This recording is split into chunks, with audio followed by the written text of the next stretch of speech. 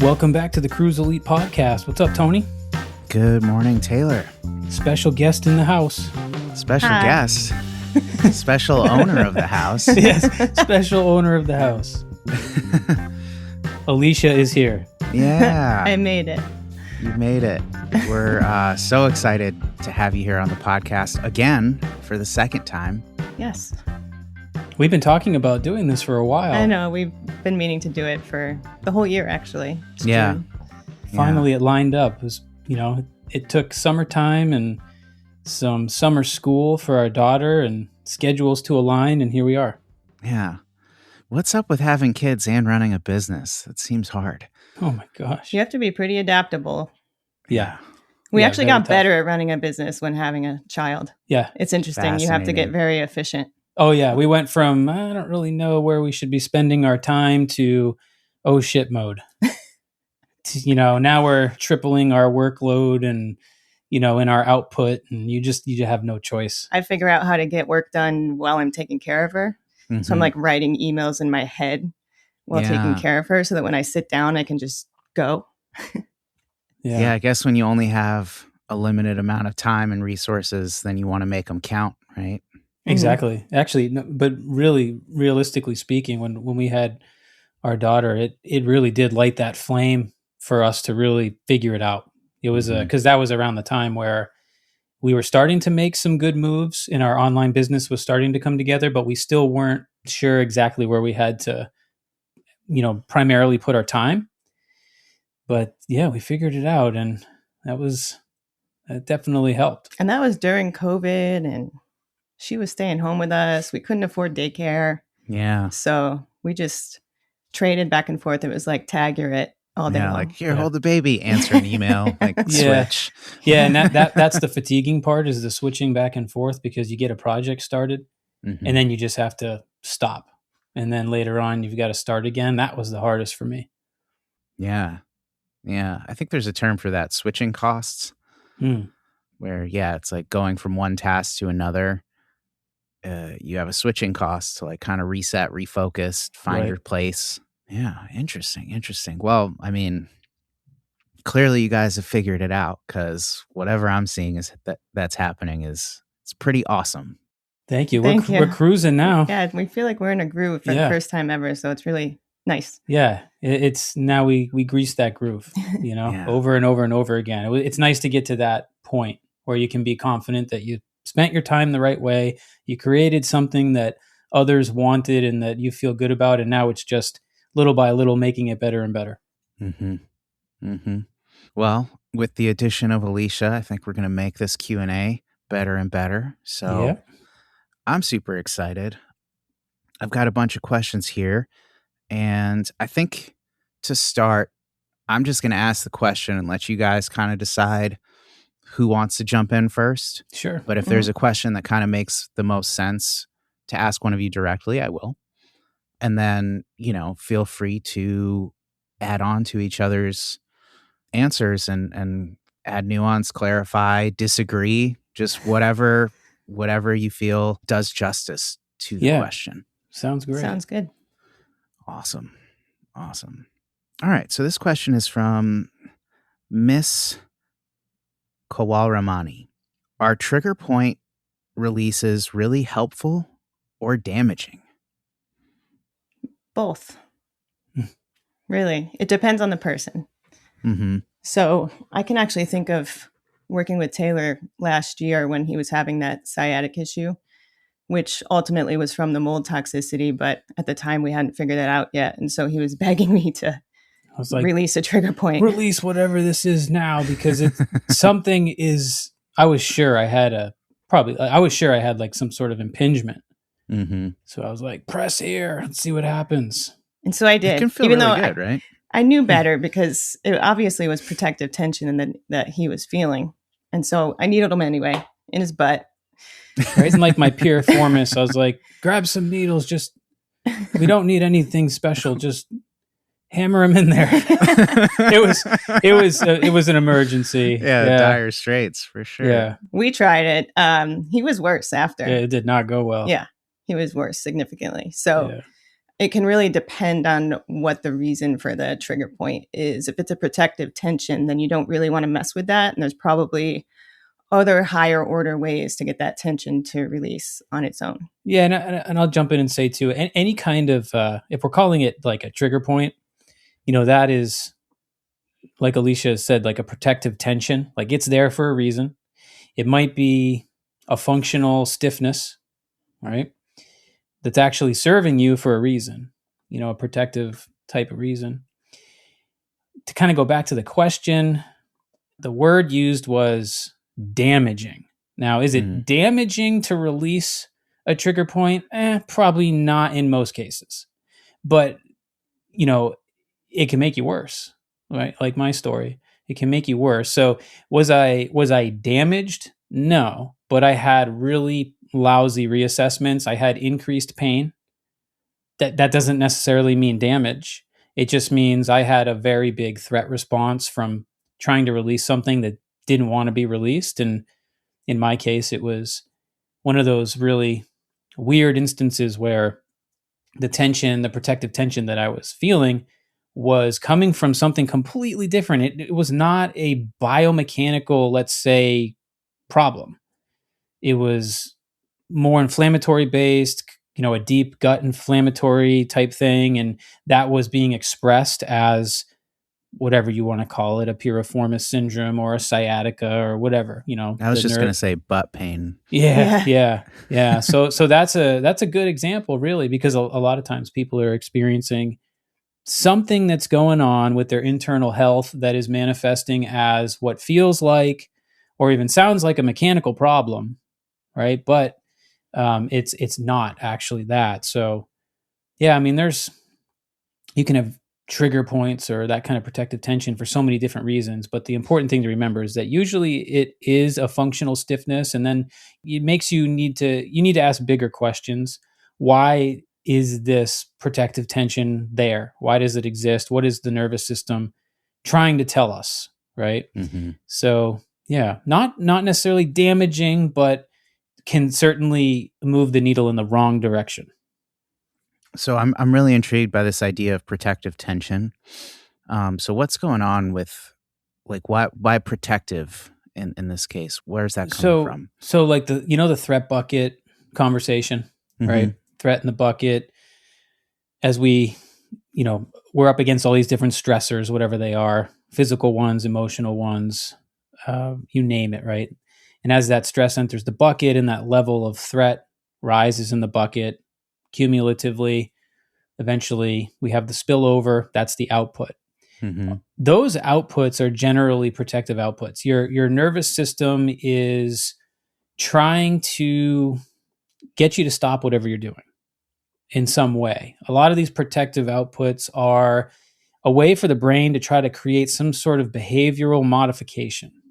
So that just means your brain is figuring out how to get you to stop something. Sometimes it's the tension that's going to do that. Other times it's just a protective tension in the sense that, let's say, this is one example of maybe several, let's say stability is needed.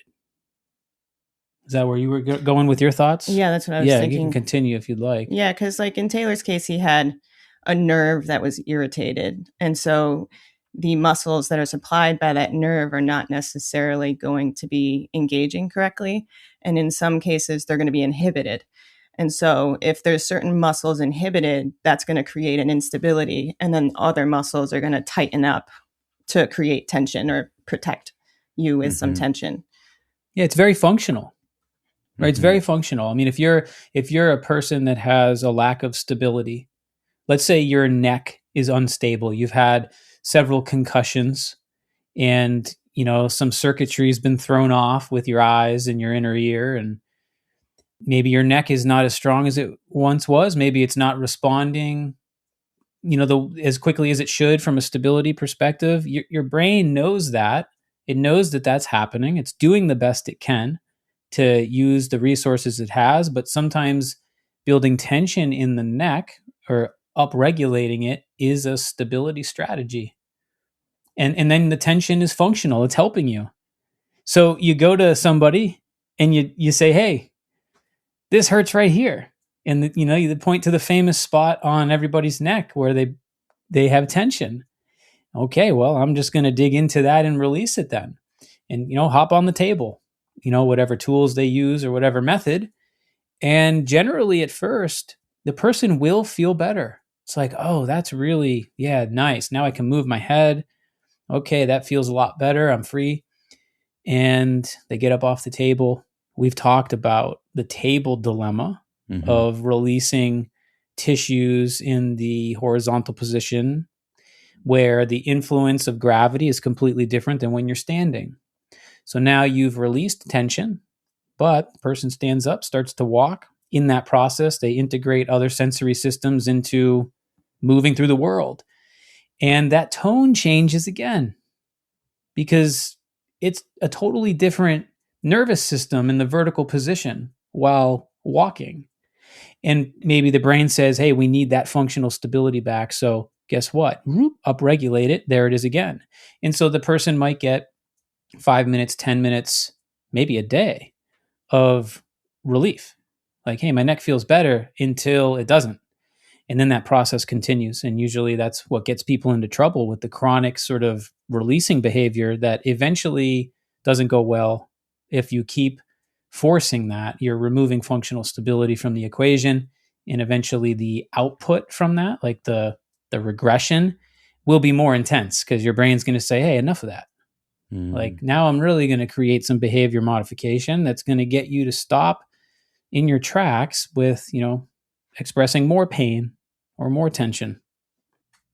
So in the neck stability scenario, if you were to remove kind of that tension manually with trigger point release, and you still have a deficit, like you said, in the visual system or in the vestibular system, so that stability is now all of a sudden all over the place. Right.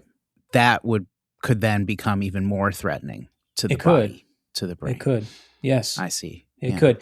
Yeah. In most of my experiences, because early on, like when Alisha and I were exploring a lot of different methods early on in the continuing education journey, we did a lot of different things, a lot of release techniques, stretching techniques, used a lot of tools. We were into all that, kind of. We were exploring it. We weren't sure what was right at that point. We were trying to learn and had several experiences with our own body. In fact, I'm thinking of one right now. I'll tell a quick story. So we were at a relatively popular educational course that essentially takes manual muscle testing done on a table. In most cases, some of it's standing, but most of it's on the table. And through manual muscle testing, you learn, okay, this muscle needs to be released while this one needs to be strengthened. And so they try to use muscle testing diagnostically to figure out, okay, there's your tension, let's release it. And then based on the philosophy, we've got to now strengthen this because, that's involved in the what they would call relationship. I mean, that sounds mechanically, that makes a lot of sense, right? It does. Yeah. It is a very mechanical way to view things. And sometimes it works okay. But in our experience, most of the time, it didn't work to the standard that we were hoping for. We were at this course and we were with the best teacher who's supposed to be the most skilled. And she's, using Alisha as a demonstration and figures out, okay, Alisha needs to have her scalenes released, which is a group of small muscles in the neck. No, I think she was doing my upper trap. Oh, and it was strengthen the scalenes? She was trying. Remember, she did like a assessment where I was walking sideways. Is that the story you're thinking of? Yeah, exactly. So she had me walk sideways and watch what happened with my body. And I had one arm that was swinging and one that wasn't. And so she was assuming I had a tight trap. And so she dug into my trap. And I was almost crying on the table. It was so intense. I hated it. Yeah. I don't remember how I reassessed. Do you? There was sort of like a confusing reassess. Like, oh, that wasn't as spectacular as I was hoping for the audience. Like one of those things. Plus, Alisha was in pain then and afterwards. Yeah. And it was just kind of like, okay, what the heck was the point of that? Like, that didn't even seem like that was the relationship that she was going for. And it was experiences like that made us start to catch on to some of this stuff. Like, it's good that particular methodology used a form of assessment. But she was really assessing my utricle, Yeah. which is part of the vestibular system. Yeah, but she didn't know that. She didn't know that. That's what's engaged or more active when you're making that kind of movement. And so I think what she was really seeing is I had a utricle problem that was appearing as it's like a weird muscle tone thing. So what that example is you're essentially not speaking to the high order systems that are involved with setting or calibrating that muscle tone. So that's like, sometimes when I write stuff, I use the example of that's like having a problem at the grocery store with something that you bought, and you're trying to fix that problem through the cashier, and the cashier can only do so much. Yeah. Instead, you want to talk to the manager, right? And that kind of example is generally what's happening when there is protective tension happening for a reason, because the muscles are essentially slaves to these higher order things like your eyes and your inner ear. So if you go releasing the tension in the muscle, it's not dealing with the potential issue up higher. And that was just one of those classical examples. And you see that a lot. I had this happen with a client when we were still doing the stretching technique that we used to do. There was someone I was working with that had back pain. And I remember going after, I think it was glutes and hamstrings. We were focused on stretching. The next appointment, she came in and said, she felt great. You always feel good after the stretching. All these people felt great after stretching. That's why they paid us. And she came back, I think, a week later and told me the next day she threw her back out just bending over to put dishes away, like grab dishes from the dishwasher. And at the time I was starting to like catch on to that pattern. But if you're not aware that that can happen, you'll never associate it with the technique you're using. Couldn't be the stretching. Stretching's good. The stretching was good. She felt better. She felt great. You build belief systems into this stuff when you're learning a single methodology and you become over devoted to it. I mean, this is what happened to us early on in kind of the end of our first generation of our career, as I call it, even the beginning of the second generation when we were still working things out and trying to figure out how does applied neuroscience fit into all this stuff. You just become over devoted to maybe one thing, and then you start, through basically confirmation bias, you start believing that if something isn't working, that it couldn't be related to what you're doing. And that's how these cultish methodologies exist, because there's so many of them, right? That, dig into people's tissue and say, this is what you have to do to release the trigger point, release the fascia, release the scar tissue. And it becomes more of a belief system. And there's less emphasis, if any at all, put on actual assessment. Like, how is the nervous system responding to this? You have to know, right? You have to know. Otherwise, you start believing stuff and making things up. And we did all that. Like, I'm saying we did that early on, and you just have, by becoming more educated and staying open-minded, little by little, you have these moments that, that eventually turn into a big paradigm shift, and you realize, hey, if I'm going to be good at helping people, I've got to be able to test how they're responding and adjust as needed, and be okay with it when it doesn't work the way you were hoping. You just have to pivot. So even if you have the most beautiful applied neuro theory about what's going wrong with your client, if your intervention is making things worse or having no effect, you might have to discard that theory. Or that's right. Yeah, that's right. You have to base it on the person in front of you too and their behavior, because you have to educate them enough to buy into doing the exercises that are working for them. I actually think this is one of the things that really sets us apart from a lot of the other courses that you can find for continuing education, because we actually consistently, we always come back to, what do you do when what we're teaching you is not working? And how do you change your thinking? When that happens, because it's not always going to work. And that, when I compare that to all the things that we did over the years with continued ed, never once did we ever pay for some sort of education that admitted it might not work. And so if is it usually like you have to do it again or more or better? You got to do it again, better, more, harder, or guess what? You don't have the skill yet. You don't have the skill, you don't have the manual skill, or it's the person's psychology. It even goes that far. Yeah, the cult vibe in some of these things brings you there. It must be the person's fault. Now, granted, there are factors there, right? Like if you can't get your client to comply with the practice, sure, you're not going to get the same results. But when you are doing that thing harder and harder, hoping for a different result, and the results aren't coming, then it's a lot of times people get blamed.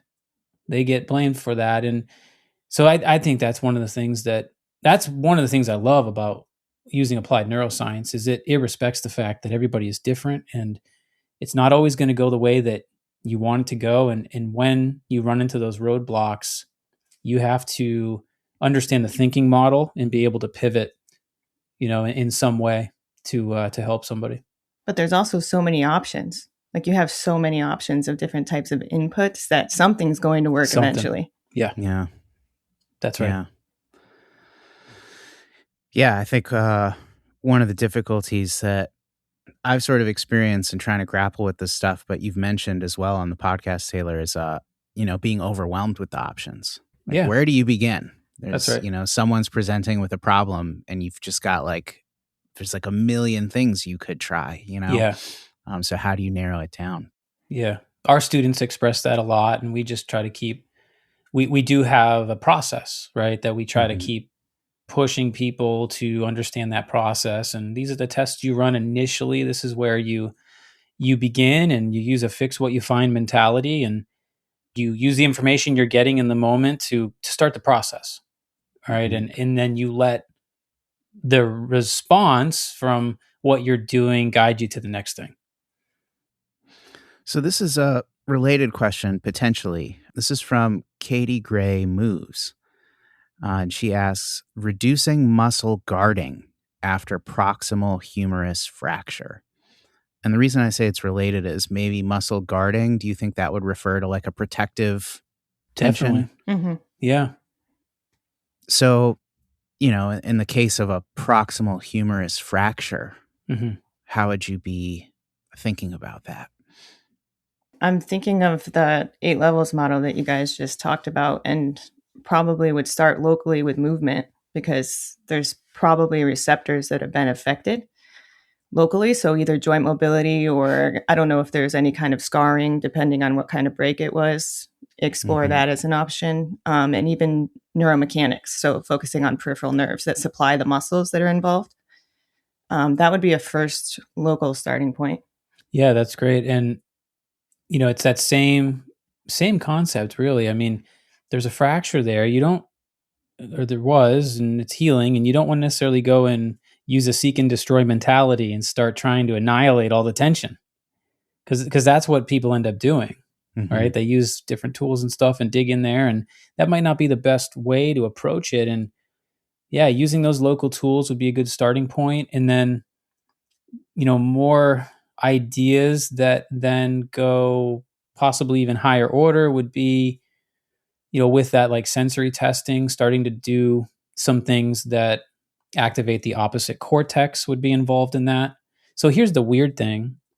You can actually get results in a case like this with decreasing some of that unwanted tension or muscle tone through vision exercises.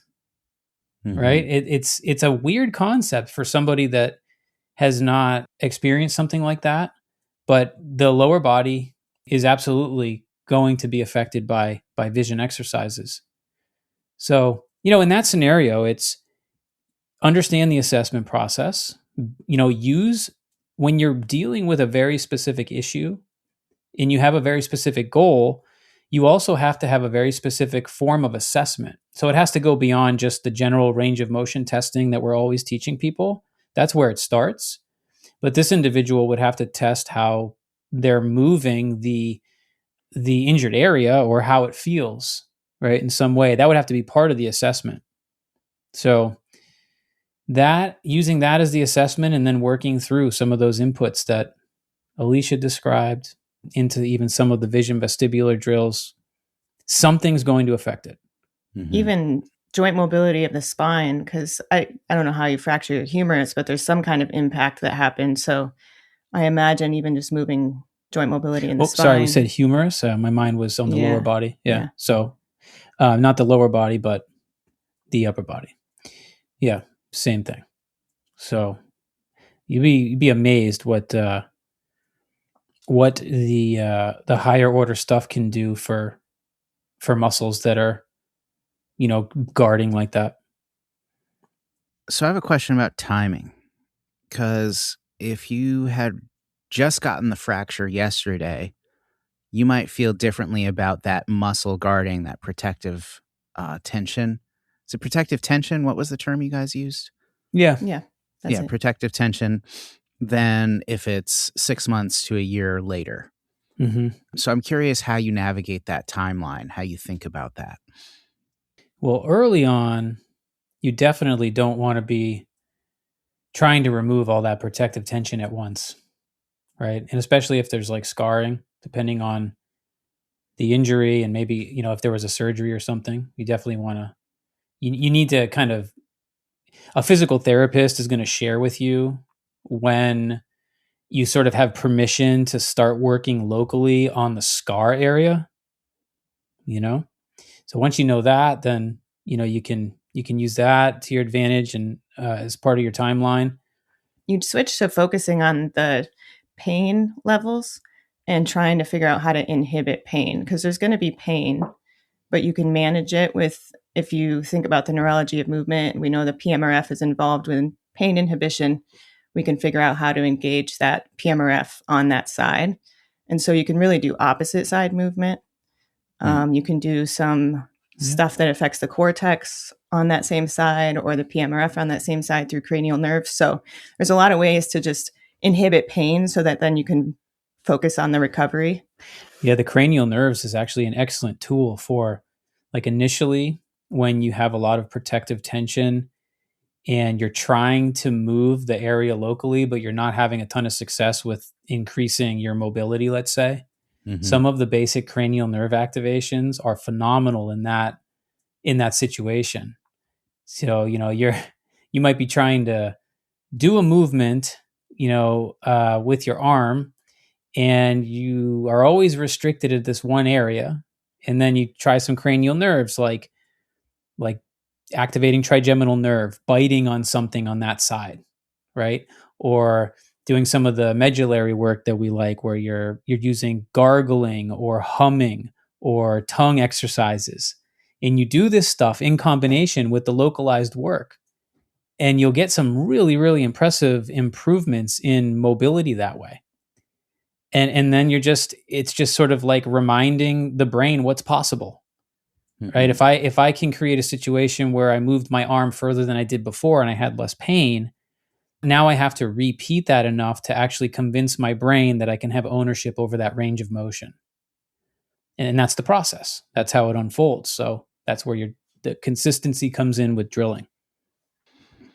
I love that idea of like focusing on pain inhibition first, and then like mobility sort of second. Totally. And, a lot of people kind of, I think, already know the wisdom of like, you do want to get mobile kind of as quickly as possible when injured, without obviously re-injuring it or right. making it worse. But how do you get from point A to point B? I think a lot of people, they're in a cast or on crutches, and they're basically just trying to avoid that part of the body for a long time, right? And then that can lead to longer term issues, right? Yeah, so and sometimes the lymph stuff. Pain. Go ahead. Yeah, sometimes the lymph stuff is important in that stage too. So we had that whole episode on the lymphatic system with some different techniques shared in there. Managing fluid dynamics can make a big difference on, being able to move injured areas, with more quality and less pain. So sometimes the lymph techniques early on are a really good way to set the stage for better rehab. And this might be difficult for some people. It is for me, but visualization is a really good technique when you can't, when something is in such an acute state.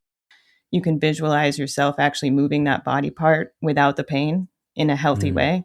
And that actually can help with the recovery, and you can minimize your loss of strength. Actually, isn't there a study that shows that you minimize strength loss from visualization? So. I think That's I remember so cool. Yeah. The retests on movement visualization are ridiculously funny. Like it's cool. Like if you can teach somebody how to actually visualize moving, but the problem here that people encounter is that not everybody can visualize movement.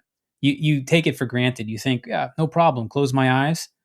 Some people can't even figure out how to visualize moving from the perspective of themselves, looking through their own eyes. They want to see themselves, let's say, in a room moving, and they're a spectator. Like third person. Yeah. That's right. Yeah. Yeah. And we found that the best way to do this is visualization as if it's through the window of your own eyes. And therefore, that takes a different skill set for the visualization. And then the big thing is, when you move through visualization, you can't take your dysfunctions with you.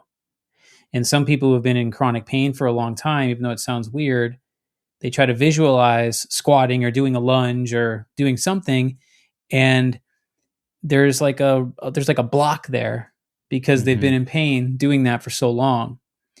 So it can take some training for some people. Other people do it easy, no problem, especially athletes who have had any kind of experience with visualization for sport performance. They do quite well with it.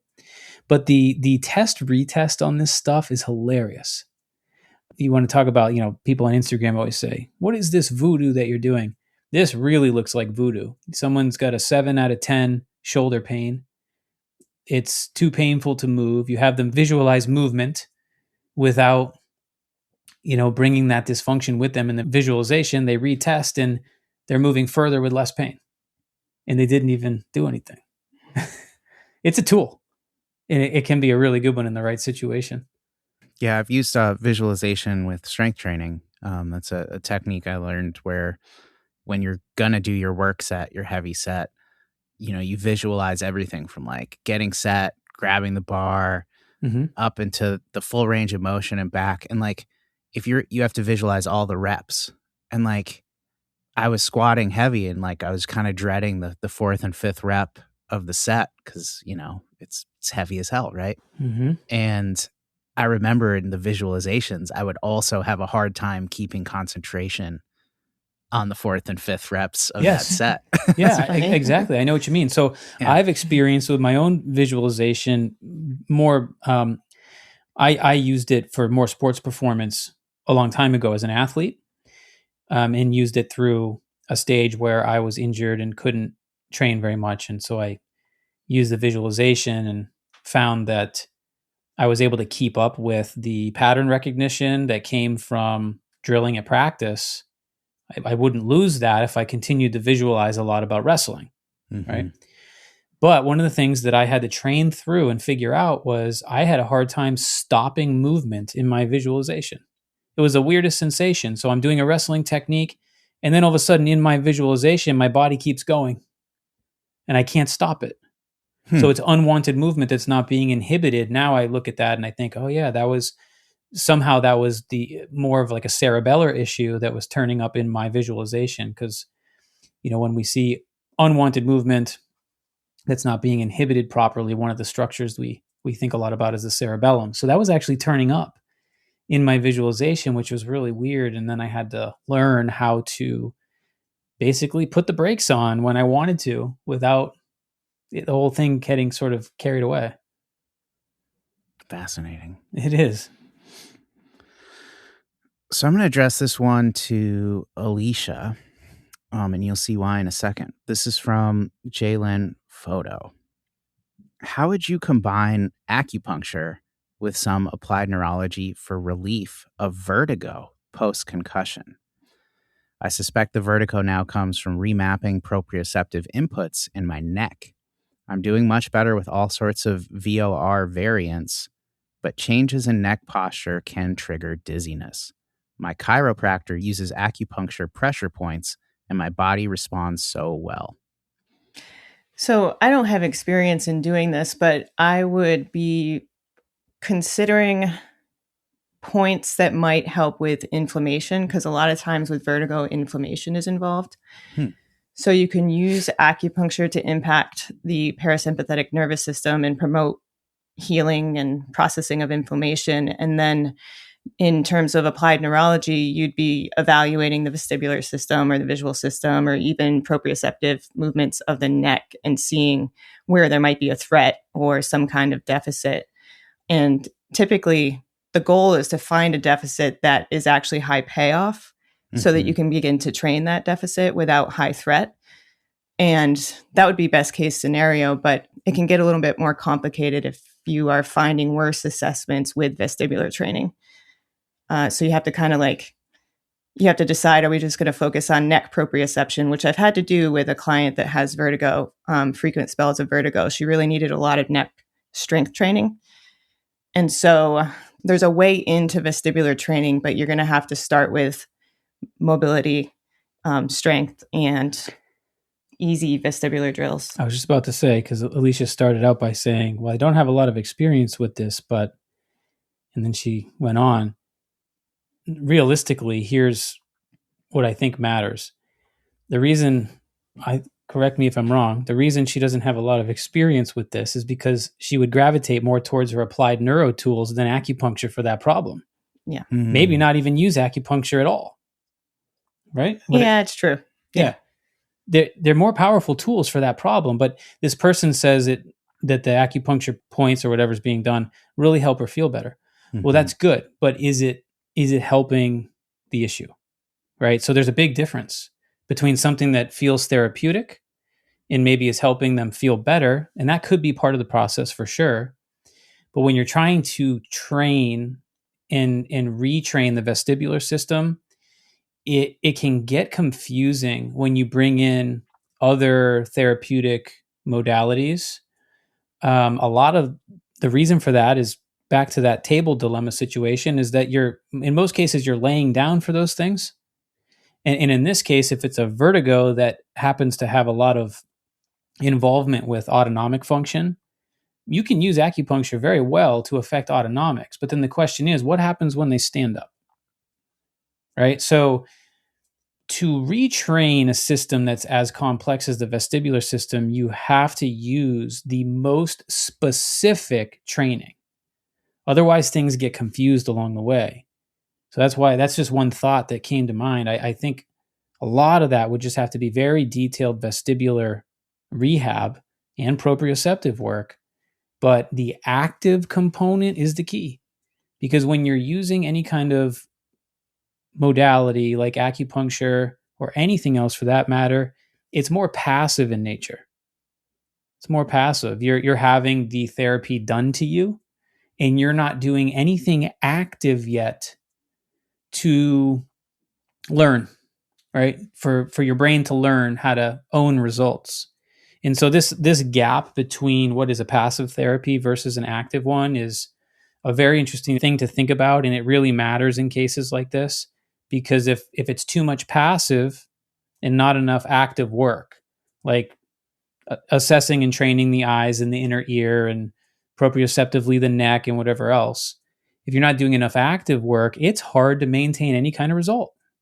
And then you just become the person that's going back for the table treatment over and over and over again for kind of like what feels sort of like the reset, right? Like I feel better from this, but I'm not necessarily carrying this result far enough into my life. That's when we got to think about more about the said principle for the vestibular system, the specific inputs. And the other thing I'll say about that too is a lot of people that have vertigo have some kind of underlying gut health issue. And so in terms of acupuncture, you can use acupuncture to improve your digestion, improve your autonomics, things like that. So that can be a really good way to use acupuncture. And then on top of that, you have to explore why you have a gut health issue. Why aren't you digesting your food? Is it the food you're eating? Is it a lifestyle problem, lack of exercise? Is it a imbalance in macronutrients? You're missing certain nutrients and you don't realize it.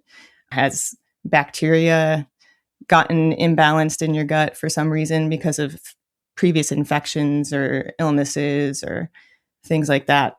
You have to consider gut health, because if you have a gut imbalance, you can have inflammation systemically. And I don't know the exact relationship, but when there's inflammation in the body, it almost feels like that inflammation can be felt through your ears. And so people often describe like a weird feeling in their ears, not just vertigo, but like just like a weird feeling. And it's pressure sensitive. Whooshing. The whooshing is how I describe it, because I had that before. Yeah. And it can even be affected by like weather. Yeah. Peak mold toxicity for me, when I was having strange symptoms that were gut related. I had some whooshing in my ears and sort of the feeling of pressure and heat. Yeah. Vertigo is interesting though, because it can be, we should say, not all vertigo is an inner ear problem. Not all vertigo is a gut issue. Vertigo is a weird one, because when you think about this through the lens of the threat bucket, vertigo is an output. And there's so many reasons why you can have that. I looked it up recently, I don't know how accurate it is, but potentially accurate enough. We were talking about this recently in the community, and just a quick search brought up 2 to 4 million people a year in the United States visit the emergency room for vertigo. And so what does that tell you? Vertigo is a health problem, right? It's one of those outputs, those protective outputs that can be triggered or caused by so many other different things that sort of create this cumulative response, which in this case might be the vertigo. And it can be very specific too, right? It can be super specific to the eyes and the inner ear. So it's a tough one. Yeah, in this case, they say relief of vertigo post-concussion. And I think you'd even mentioned concussion earlier as a potential trigger for something like that. Sure. And then I guess circling back to acupuncture in general, is if it's applied mostly with someone lying down, and you would consider it kind of like a passive stimulus, would the idea then be, if you were to, if it's like really something that's working well for this person, they say, every time I do this, I feel good. Would that be the kind of thing where you'd want to transition immediately to something active while they're in that like improved state, parasympathetic state? Yeah, I would be finding ways it depends on what they're dealing with. So I'd be finding ways to get them to learn how to do movements that are going to help them sustain that when they're not in session, because you need the frequency and the repetition to really have something hold long term. And so it depends on what their pattern is and what their complaint is. But yeah, I'd be evaluating their cerebellum and maybe even their visual or vestibular system, and figuring out how to get that same effect or changes in their muscle tone using those tools so that they can practice those things at home on their own. Yeah. In our courses, we talk a lot about these two different phases, kind of taking, when you look at working with somebody longer term, you have what's called the threat reduction phase. And then eventually you enter what we call the threat inoculation phase. So threat reduction could last, depends on the individual and what they have going on, could last 1 month, could last 6 years, depends on the person. And what you're trying to do is use the right inputs to reduce threat enough so that the nervous system is feeling a little happier about incoming stimulus, right? Because people that have been in chronic pain or have had a overflowing threat bucket for a long time chronically, what happens is they start interpreting normal stimulus as dangerous. And then we're no longer dealing with a primary original issue. This is why so many people go wrong with, hey, I'm in pain. What do I do? They look for such a specific reason for the pain or a specific diagnosis that has the name of the body part in the title of it that makes them think, oh, this must be what I have. When you've been in chronic stress for long enough with pain, with health problems, you're no longer dealing with one issue anymore. And your brain is interpreting normal stimulus as dangerous, and therefore the little things that aren't even necessarily related push you over the edge. And so now you're becoming sensitive to other forms of stimulus. So it's acupuncture is a very good threat reduction tool in my experience. I respond quite nicely to it in that sense. And And except then not always.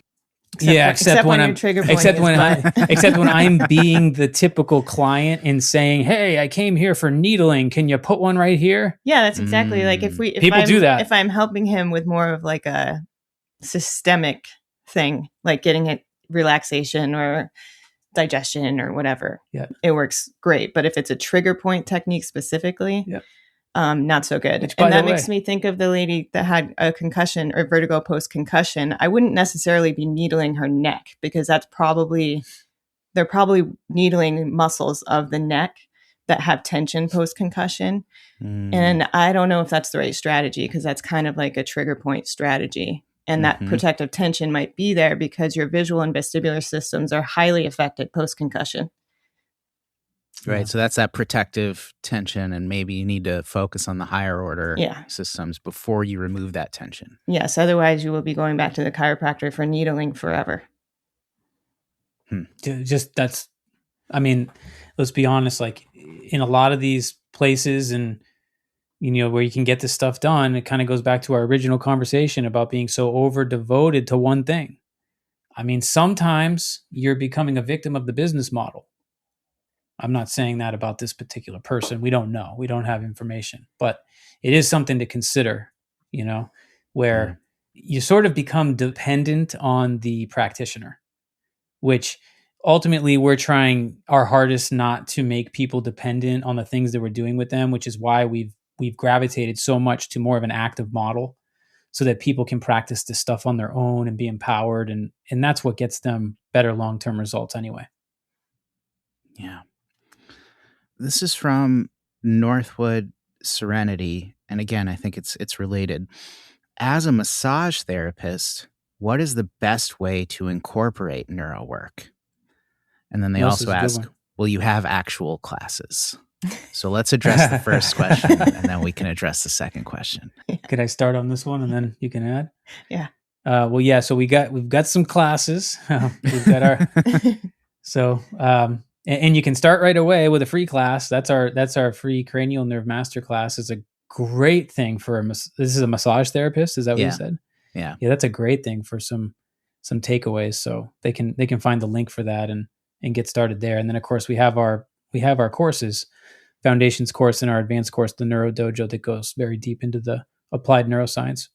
So how does a manual therapist apply this work? I actually think a manual therapist is in a fantastic place to improve their skills with applied neuroscience if they are willing to make some changes that are very uncomfortable, right? So here's what I mean by that. A lot of times manual therapists offer manual therapy and that's it. Right. So again, it's that one stimulus. And sure, the stimulus can be changed little by little depending on the way the person is working with their hands. Right. But it's really just kind of one thing. And the business model gets built around that, which a lot of manual therapists have a hard time sort of integrating other skills into the work they're doing because the general population likes to seek out manual therapists and actually tell the manual therapist, hey, rub this area, right? And that's a lot of times that's how it works. Now, some manual therapists are doing very, very high level work and they make the decisions, but a lot of them, the client makes the decision, right? So it sort of depends on what kind of manual therapist are you, right? And are you really thinking your way through this and making the decisions for the client, and are they trusting you? That person is in a great place to apply neuro type drills. And I always tell our students this is kind of stage one. Most manual therapists do the manual work and the person gets off the table and maybe the session is over. As a manual therapist, you can now take some of the things we're teaching, joint mobilizations, vision exercises, vestibular exercises, breathing exercises, and those can be the way that you integrate a better result. So you've just done some tissue work on somebody's body. Now they need a chance to integrate change. And that's when you follow up with the exercises that we're teaching people. And this way of working increases results unbelievably for this person. And you get to assign them homework. Whereas sometimes you go to a manual therapist, they do the tissue work, you stand up, you walk out of there, you feel better for a little while until you need to go back. So now again, you're becoming kind of dependent on the manual therapy. But if you had homework exercises to work as sort of an integration so that your brain can learn something, you're going to move the needle in the right direction and probably get better results. So day one, applying neuroscience to manual therapy is do the manual work, follow up with movement work. Just that right there could change somebody's business forever. So the client's pointing to the tension that you feel around your scapula. You do the necessary tissue work around the scapula, then retest, see if their nervous system likes it. If it does, you get the green light to now do some proprioceptive work that's active, not passive. You teach them how to move their scapula better through a full range of motion. And just that follow-up changes everything. It really comes all down to the education that you provide your client, because if you can give them an experience of actually getting improvement in the moment, and they can see that you're evaluating that and they feel it in their own body, then they're going to be willing to explore the options you're providing and not necessarily relying just on the massage itself. Exactly. And that, like Taylor said, it's actually very uncomfortable. Very uncomfortable. And we went through a similar experience transitioning from stretching people into doing neuro. And we've actually had this question asked before, like, how do you deal with the fact that your clients are coming in and they want what you've already been providing them? You just have to decide your transition strategy. Like, how are you going to approach the session? Maybe you decide in the beginning that you're still going to do a traditional massage for 30 minutes, and then you're going to spend 30 minutes doing a neuro evaluation plus neuro exercises, and give yourself that time to teach them about what the threat bucket is and where pain comes from and how their body is impacted by these different inputs. And that can help transition them a little bit easier rather than just being like, I don't do massage anymore. I just do neuro. That's a hard sell. Yeah. And it's important to say too. So sometimes our students, when they come through the courses, we have a lot of manual therapists that take our courses, and they get so jazzed up and excited about applied neuro because the results initially are like, this is wild. Like, how did we change this movement and decrease pain so quickly with this one exercise when it would take me 45 minutes of tissue work to get this kind of result? And so they get real excited, and then they get really bought into it. And then they ask me if I think they should quit manual therapy. And I go, no, do not quit manual therapy. It's one of the most powerful tools you can possibly use.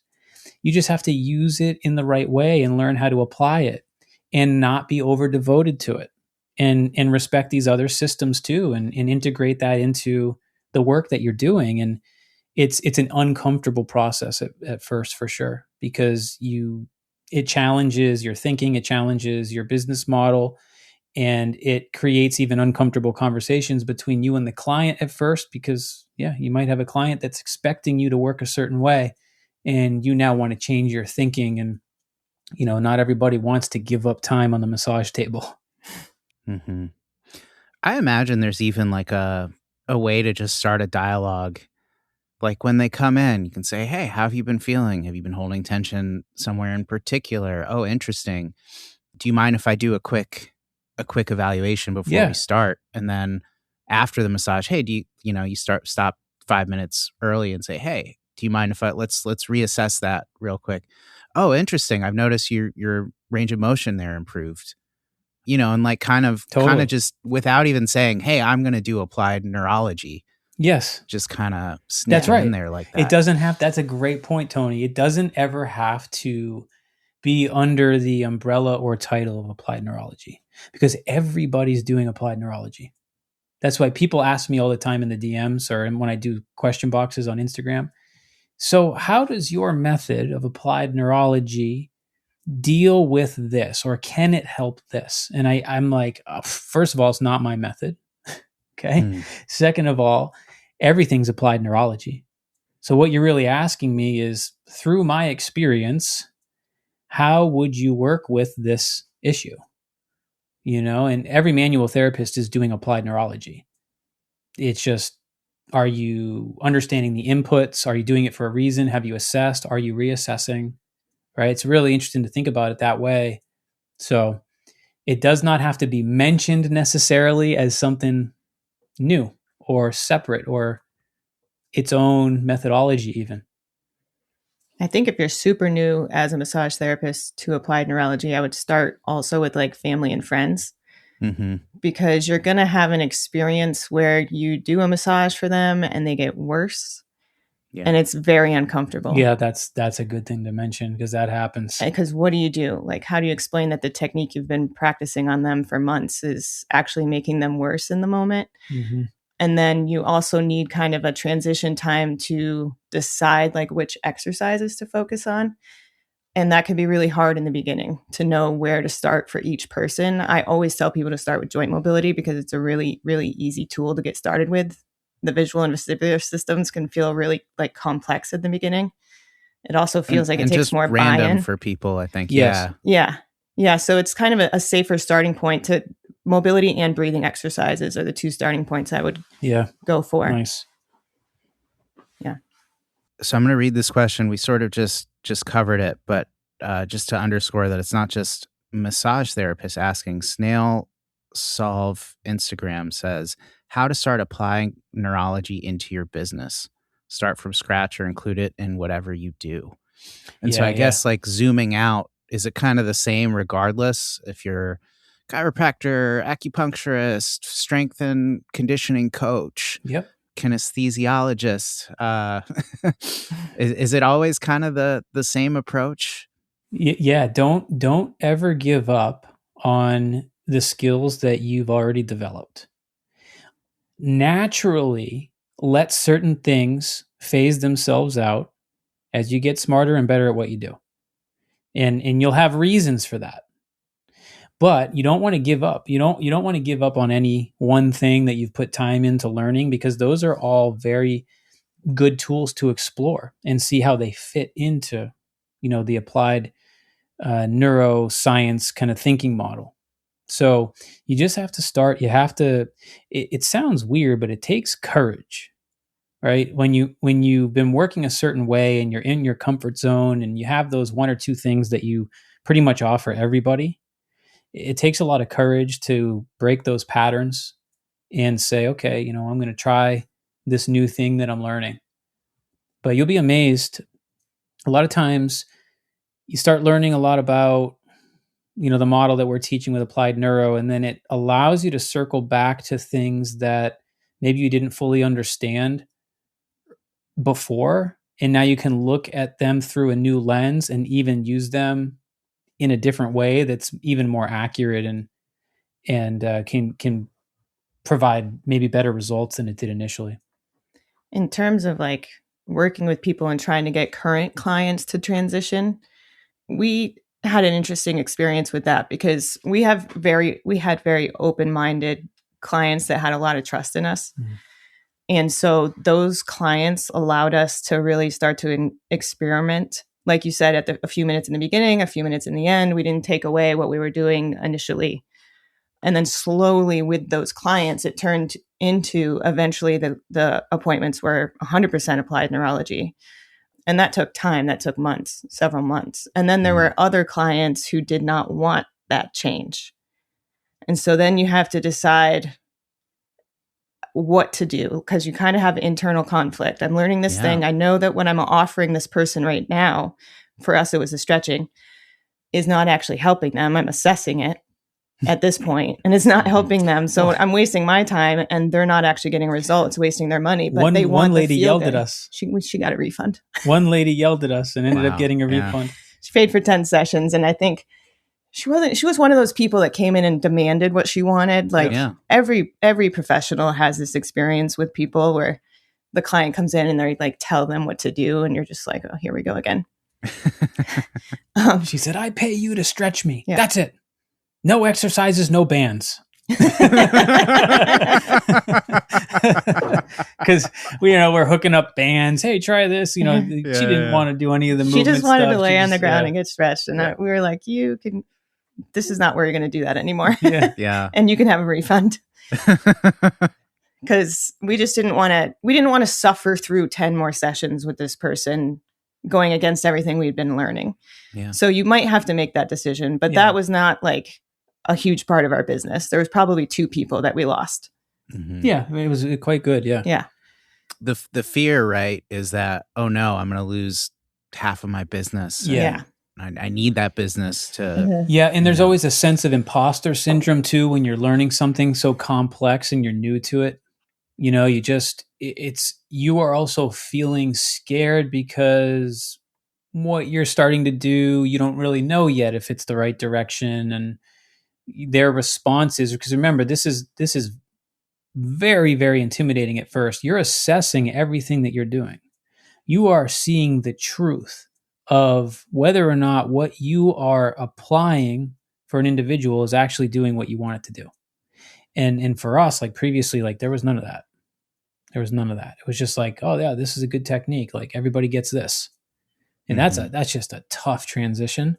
But man, is it worth it? Because in the long run, you end up learning how to listen to people better, how to take a better history, how to pick your assessments and your tools better. As Alisha was saying, it always comes down to education. The more you can educate the individual, the better the experience is going to be, and their expectations are in a healthy place. The assessment process is your best friend, really, because they experience the change. Unless you have someone that's not body aware whatsoever, which does happen, they experience the change and they can see that, you know, something good is going to happen. I want to keep trying this and see where it's going to go. Mm-hmm. Yeah. Yeah. So I always bring up my knee injury because it's my most relevant experience. But I remember my physical therapist, she did dry needling. Mm-hmm. And the first time she did it, you know, I'm like lying down and she's doing it in like the kind of like in my hamstring area in the musculature there. And so my problem was when I would basically put weight on my leg with a bent knee, it would hurt to the point where I didn't want to like squat down, sit down, stand up too fast. Long story short, that, you know, I went to the doctor and they put me on a table and bent my leg all every which way and said, does this hurt? Does this hurt? Does this hurt? And I said, no, but I can replicate it right now if you just let me stand.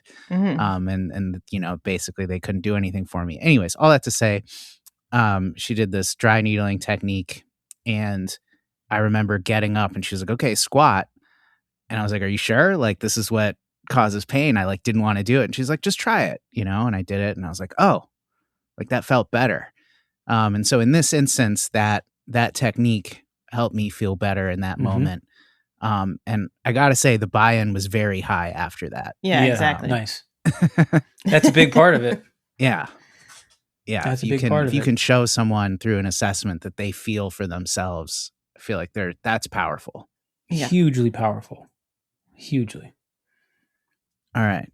Taylor's not going to like this question. That's why I'm going to ask it. So this is from I'm not a doctor. No, it's not that. What protocol? What protocol would you recommend to address left knee and right shoulder pain?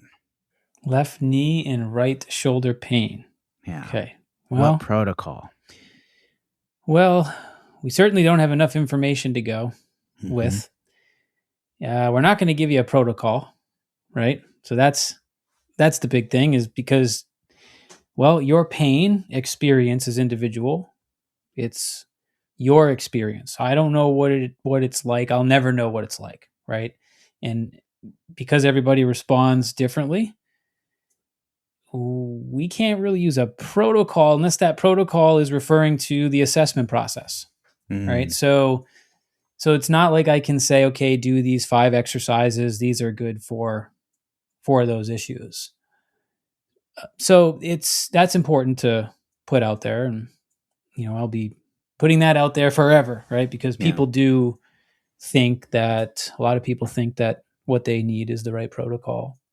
So first, what's important is to learn the basic assessment, you know, process that we teach. And it can be the very general one where we start people with range of motion testing. That's perfectly fine. And you can easily learn that through our free content. And we're talking about it here in the podcast all the time. And you can get coaching on it in the free masterclass that we offer. Because the most important thing is being able to assess every single input that you offer your brain and nervous system to see if, in fact, it is specific enough to help with, remind me, was it opposite? It was shoulder to knee? Yep. Was it? Yeah, shoulder to knee. Left knee and right shoulder pain. Yeah. Yeah, because we need to know, are the inputs that we're trying, are they specific enough for those issues? Now, there is a couple of interesting ideas to consider, when someone says they've got this kind of opposite, cross-body type of relationship going on. Although it's not perfect, possibly exploring like some opposing joint work might be quite useful there. Because when we do, for example, right shoulder work, we typically get good improvements in the left hip, right? When we do right elbow work, we typically get good improvements in the left knee, right? We have to go through an reassess process. So the pain presentation that they're sharing is maybe not perfect for that, but it's still worth trying.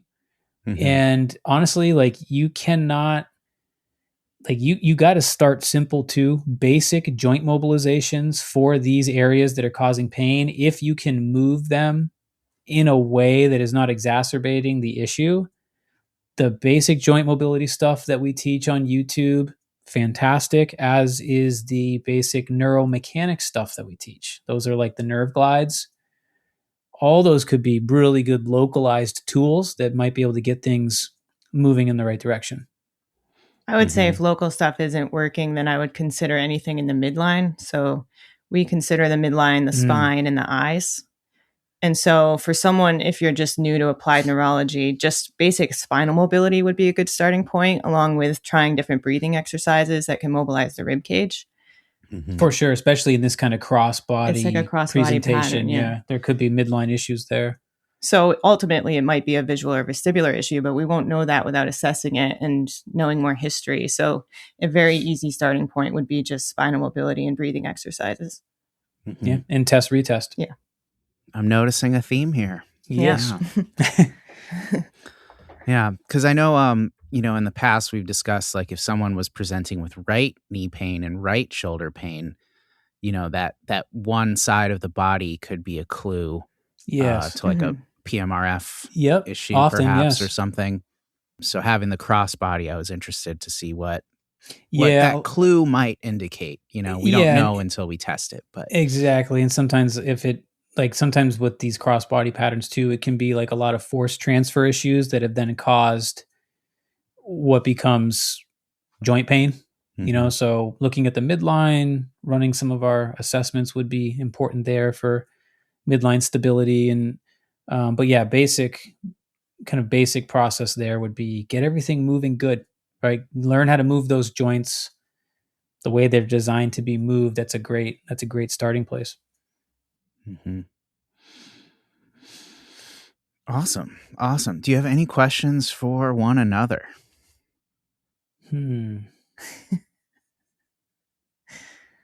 What's for lunch? Probably eggs.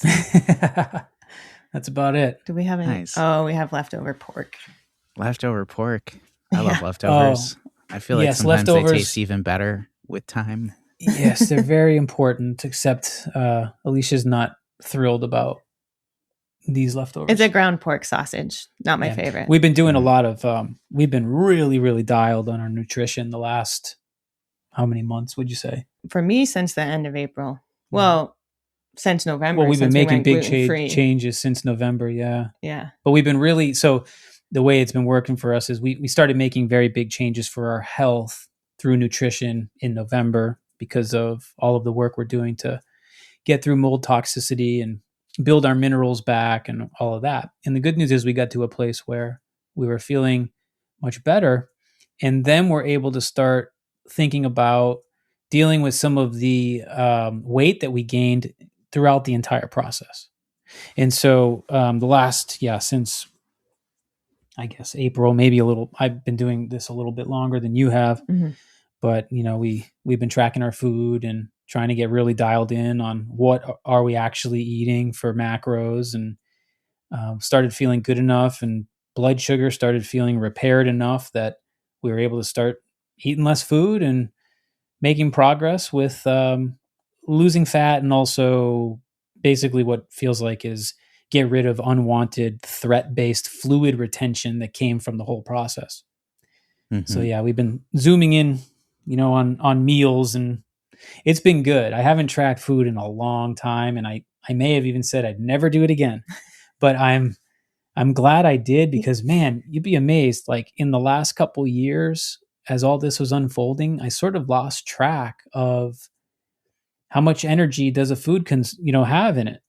Whereas before, like a while back, I thought I had a pretty good idea of like, okay, if I eat this, I'll be able to maintain my healthy body weight. And that all got away from me with the gut issues, because in the blood sugar issues, because I was essentially eating to, recover energy that I didn't have. And so, yeah.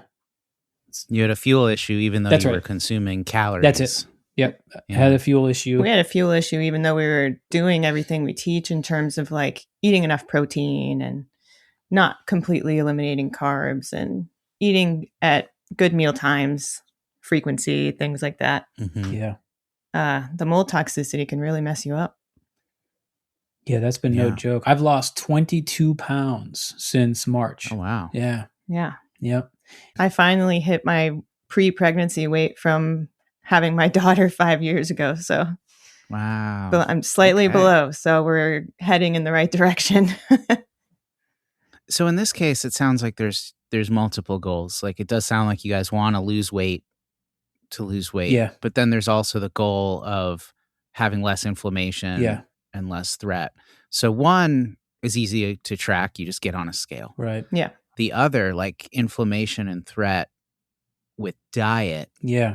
So in my mind, this isn't like as immediate as some things, but maybe I'm wrong. Like how can you tell? Yeah, I think you're right. Your diet's going in the right direction. It's not as immediate, but you got to really listen to your body. You have to really figure out whether or not you're digesting your food. And that can be really hard, because we didn't even really know how bad it was as it was happening. You almost get numb to the sensations. Well, because you're more focused on survival, like you're hungry. You have to eat when you're hungry, and your blood sugar is all messed up. And so you're just going to eat, and you can't really manage the fact that you might not need those calories, but you need the fuel that your body's actually not even digesting, which is why you're hungry all the time.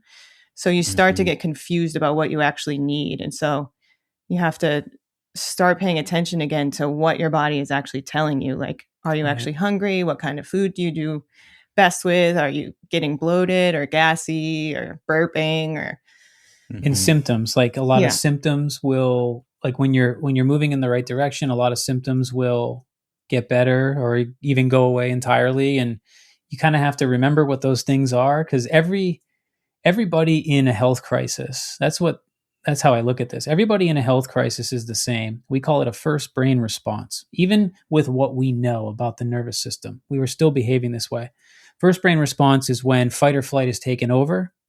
Your priority is survival, and you don't have as good of you don't have great cognition in this process, and so everyone forgets their symptoms. So then, when they're gone, they don't even really recognize that.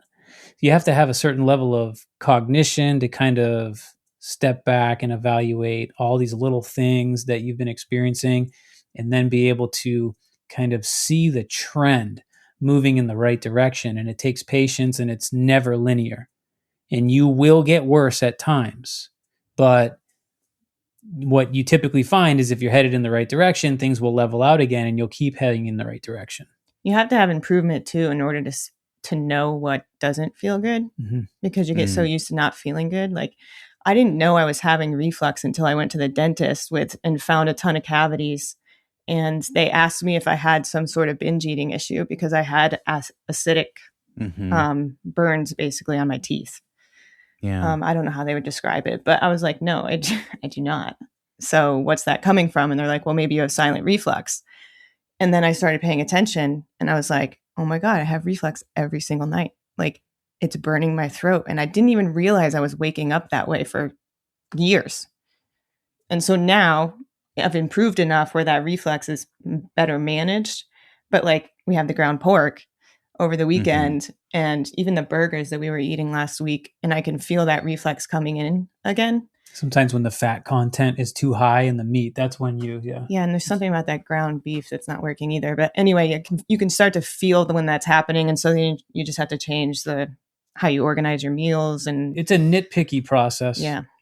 You know, it really You kind of have to figure out what your triggers are, I guess I would say, or like your symptoms are that to watch out for. Yeah, you're looking for high payoff foods, you know, the ones you feel you digest well, they give you good energy that you can carry into the next task. And if you notice some of those things Alisha was describing, being bloated or, gassy, or your mood is not what it should be, you listen to those things and figure out, okay, this food's working pretty well for me. How did I sleep? All those little things. So the other thing that's so tough about this is it is so like multivariate, right? Like, how did I sleep? Was that because of the food? Yeah. Was that because I'm stressed? Was that because I had a heavy workout today? Right. Was that because it was too hot? Right. Yep. It's like hard. It's hard to parse that out. I imagine. It is. You get better at this when you keep asking the same question. How do I feel? So we talk about this a lot. If we happen to go on like a hike over the weekend, even though the hike's not that hard right now because we're hiking with our 5-year-old, it's still stress on the body. And we pick up on it kind of repetitively, like when we hike, like, okay, sometimes the body feels like there's more stress there and it's harder to recover. And maybe we didn't sleep quite as well or something like that. And you see patterns, and it's similar to what you've probably experienced, Tony, if you've ever been like trying to do a weight cut or something where like when you exercise and you do strength training, you generally, maybe not everybody, but most people wake up the next day. If you're weighing yourself, you could be 2 pounds heavier, things like that. And all that water. Yeah. Those little changes, because I'm very accustomed to seeing that most of the time. If I am weighing myself, because I'm interested in losing body fat, generally weigh myself each day to see the trend so I can follow the trend. And then if I strength train the next day, I'm generally a little heavier. And you pick up on that enough where you go, okay, that's a pattern. And you can take a lot from that and kind of be a little bit more confident when you're seeing those changes.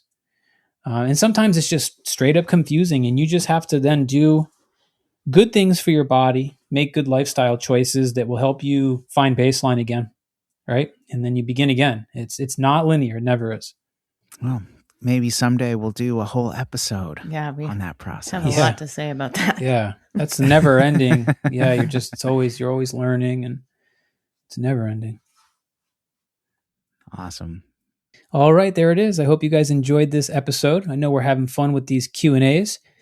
Would you like to have Alisha back on the podcast? Let us know because yes. Yeah. Yeah, this was fun. What did you think? I started to relax towards the end. Yeah, when we first were getting on, she's like, I'm nervous. I'm like, trust me, you really don't have to be. It's just kind of open conversation. But yeah. More practice and you'll really, really like it. If our listeners enjoy this kind of format, let us know. We'll try to figure out how to get Alisha back on the podcast. I think it could be a really good thing. So hope you guys enjoyed this episode. If you haven't done so yet, we'd really appreciate it if you could give us a review. If you've been listening to the podcast and you really enjoy it, those reviews go a long way for us. So that would be awesome. And thank you guys for all of your support.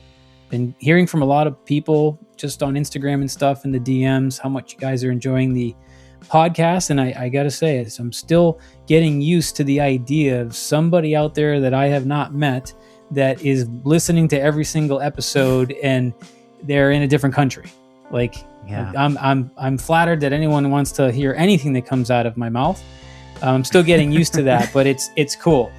it's really cool, and knowing that that you guys are out there enjoying the podcast and digging the information really helps me feel like I'm talking to you, and is quite motivating. So thanks everybody for your support, and I look forward to doing this again.